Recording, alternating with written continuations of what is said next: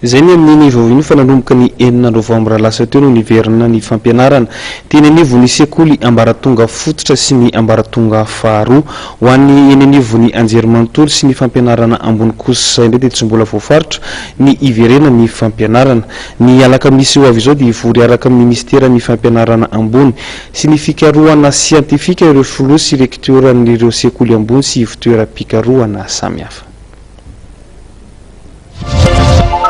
Raha efa nanomboka ny 9 novambra lasa teo ny fampianarana ao niveau sekoly ambaratonga fototra sy ambaratonga faharoa, hatreto kosa dia mbola tsy voafaritra ny fotoana iverenan'ny fampianarana eny amin'ny anjerimanontolo. Fampianarana izay niatao ao anatin'ny herinandro maromaro noho ny fisian'ny valan'aretina pesta.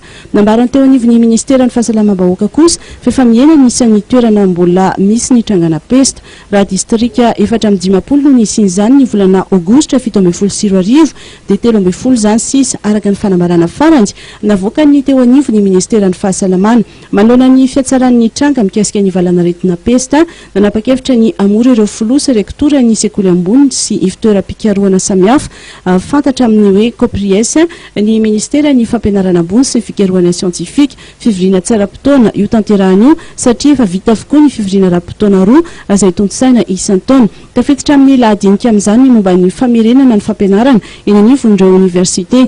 Jerena ihany koa ny fepetra ahafahana manohy ao anatin'ny fitoniana ny fampianarana. Ny alakamisy 9 novambra ho avy izao no dady voatondro anatontosaina io fivoriana tsara-potoana ny COPRIES.